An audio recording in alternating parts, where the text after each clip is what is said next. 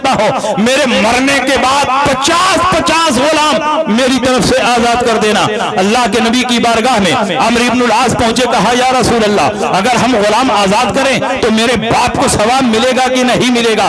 اللہ کے نبی ارشاد فرماتے ہیں، ابو داؤد کے الفاظ ہیں، لو کان مسلما فاتقت منه او تصدقت منه او حججت منه بلغه ذلك، اگر تیرا باپ مسلمان ہوتا اور تم اس کی طرف سے غلام آزاد کرتے، صدقہ و خیرات کرتے، حج کرتے تو اس کو ثواب ملتا۔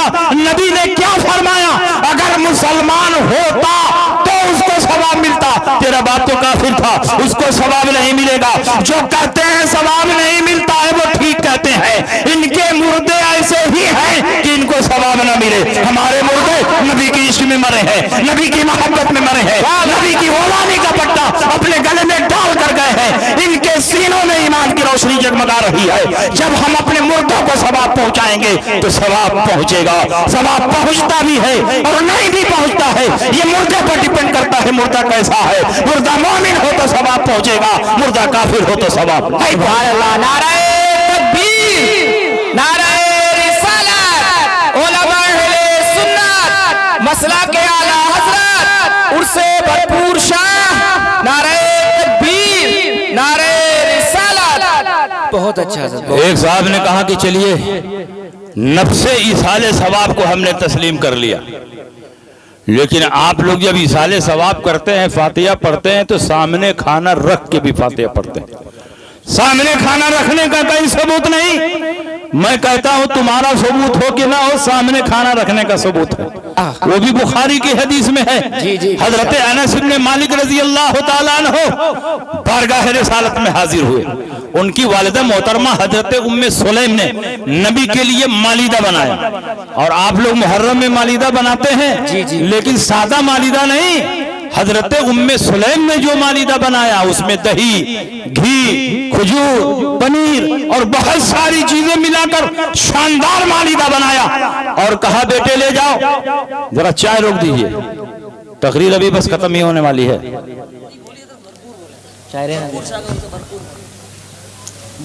ویسے بھی صرف چائے پلانے سے کام نہیں چلے گا، اس کے لیے بیوی بھی چھوڑنا پڑے گا تب گدی ملے گی۔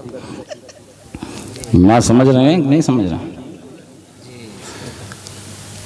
نبی اکرم صلی اللہ تعالی علیہ وسلم کی حدیثیں ہمارے لیے مشعل راہ ہدایت ہے۔ انس بن مالک کی والدہ نے کہا بیٹے یہ مالیدہ لے جاؤ، نبی کی خدمت میں پیش کرنا، میرا سلام پیش کرنا، اور کہنا کہ میری ماں نے خاص طور پر آپ کے لیے بنایا ہے، یا رسول اللہ اسے قبول فرما لیں۔ حضرت انس بن مالک مالیدہ لے کر گئے، نبی کے سامنے رکھ دیا، ماں کا سلام پیش کیا۔ حضور علیہ السلام اس مالیدہ کو کھا نہیں رہے ہیں بلکہ کچھ پڑھ رہے ہیں۔ جب پڑھنے سے فارغ ہوئے اللہ کے نبی نے فرمایا اے انس بن مالک جاؤ 10 صحابہ کو بلا کر لاؤ۔ انس بن مالک گئے 10 صحابہ کو بلا کر لائے، 10 صحابہ نے بیٹھ کر کھایا، پیٹ بھر گیا، چلے گئے۔ فرمایا جاؤ اور 10 صحابہ کو بلا کر لاؤ، وہ بھی آئے، کھایا، پیٹ بھر گیا، چلے گئے۔ کہا جاؤ اور 10 صحابہ کو بلا کر لاؤ۔ 10 صحابہ آتے رہے، کھاتے رہے، آتے رہے، کھاتے رہے۔ انس بن مالک کا بیان ہے 300 صحابہ کھا کر شکم سیر ہو گئے، تو اللہ کے نبی نے ارشاد فرمایا اے انس بن مالک یہ کھانا اٹھاؤ، اپنے گھر لے جاؤ، اپنی ماں کو سلام کہنا اور کہنا کہ نبی نے تمہارا ہدیہ اور تحفہ قبول کر لیا ہے۔ نبی تمہارے کھانے کا محتاج نہیں، کھانا محتاج ہے کہ نبی اسے قبول فرما لیں۔ نبی نے تمہارا ہدیہ اور تحفہ قبول کر لیا ہے۔ انس بن مالک نے فرمایا جب کھانا اٹھایا یہ دیکھ کر حیران رہ گیا کہ 300 صحابہ کے کھانے کے باوجود ذرہ برابر اس کھانے میں کوئی کمی نہیں ہوئی ہے، لگتا ہے کھانا پہلے سے اور بڑھ گیا ہے۔ یہ حدیث جہاں نبی کے معجزے کو ثابت کرتی ہے، نبی کے اختیارات و کمالات کو ثابت کرتی ہے، اس بات کو بھی ثابت کرتی ہے کہ سامنے کھانا رکھنا بھی جائے، اس پر پڑھنا بھی جائے، اور پڑھنے کے بعد مسلمانوں کو کھلانا بھی جائے۔ سبحان اللہ، سبحان اللہ، بے شک بے شک۔ نبی کے سامنے رکھا گیا تو رکھنے کا ثبوت ہو گیا کہ نہیں ہو گیا؟ جی حضرت۔ اور نبی نے اس پر پڑھا تو پڑھنے کا بھی ثبوت ہو گیا کہ نہیں ہو گیا؟ بے شک۔ اور نبی نے صحابہ کو کھلایا تو کھلانے کا بھی ثبوت ہو گیا کہ نہیں ہو گیا؟ جی بے شک۔ تینوں باتوں کا ثبوت اس حدیث میں موجود ہے۔ لیکن یہ کہیں گے کہ ہم کو یہ حدیث نظر نہیں آتی. سرما بھوپالی لگا کر حدیث تلاشو گے تو کوئی حدیث نظر نہیں آئے گی. جی جی بریلی کا سرما لگاؤ تو ساری حدیثیں نظر آئیں گی. بے شک. اگر حدیث دیکھنا ہے تو بریلی کا سرما، اور حدیث سمجھنا ہے تو امام احمد رضا کی طرح عشق مصطفیٰ پیدا کرو. بے عشق محمد جو پڑھاتے ہیں بخاری، آتا ہے بخار، ان کو بخاری نہیں آتی. جی حق بات. بات سمجھ میں آ رہی ہے کہ نہیں سمجھ میں آ رہی ہے؟ تو ایصال ثواب کا بھی ثبوت ہو گیا کہ نہیں ہو گیا؟ اور الحمدللہ ہم تو اس کھانے کو تبرک سمجھتے ہیں جو بزرگان دین کی طرف منسوب ہو جائے، مگر کچھ لوگ اس کو نہیں کھائیں گے. ایک صاحب نے کہا حضرت کیا بات ہے جن کھانوں پر آپ لوگ فاتحہ پڑھ دیتے ہیں یہ نہیں کھاتے ہیں؟ میں نے کہا انہی سے پوچھو، یہ ان کا پرسنل میٹر ہے، ذاتی معاملہ، کیوں نہیں کھاتے؟ ہم تو کھا رہے ہیں، ساری دنیا کے لوگ کھا رہے ہیں. کہا نہیں آپ جواب دیں اور حدیث کی روشنی میں جواب دیں تو بڑا اچھا رہے گا. میں نے کہا بخاری شریف کی ایک حدیث پڑھ دے رہا ہوں، جواب خود ہی سمجھ لینا. اللہ کے نبی نے ارشاد فرمایا ان الشیطان یستحل الطعام الا یذکر اسم اللہ علیہ. شیطان اس کھانے کو کھانے لگتا ہے جس پر بسم اللہ نہ کیا جائے، اور جب بسم اللہ پڑھ دیا جائے تو شیطان کبھی نہیں اس کھانے کو کھا پاتا. جب صرف بسم اللہ پڑھ دینے سے شیطان اس کھانے کو نہیں کھا سکتا تو یہاں تو اعوذ باللہ بھی پڑھ دیا، بسم اللہ پڑھ دیا، سورہ فاتحہ پڑھ دیا، چاروں کل پڑھ دیا. اب تو شیطان کا باپ ابلیس بھی کھانا چاہے تو اس کھانے کو کبھی نہیں کھا. کیا بات ہے، سبحان اللہ سبحان اللہ. دو باتوں کا ثبوت ہو گیا، قبروں پر جانا اور ایصال ثواب. اور تیسری چیز ہے اخیر میں کھڑے ہو کر صلاۃ و سلام پڑھنا. تو کہا آپ لوگ کھڑے ہو کر صلاۃ و سلام کیوں پڑھ دیتے ہیں؟ میں نے کہا کھڑے ہو کر صلاۃ و سلام پڑھنے کی ممانعت کے سلسلے میں کوئی حدیث ہو تو پیش کرو. اللہ و رسول نے جس چیز سے منع نہ کیا ہو اس سے منع کرنا یہ شریعت پر افترا. قرآن عظیم میں اللہ نے درود و سلام کا حکم دیا، یا ایھا الذین آمنوا صلوا علیہ وسلموا تسلیما.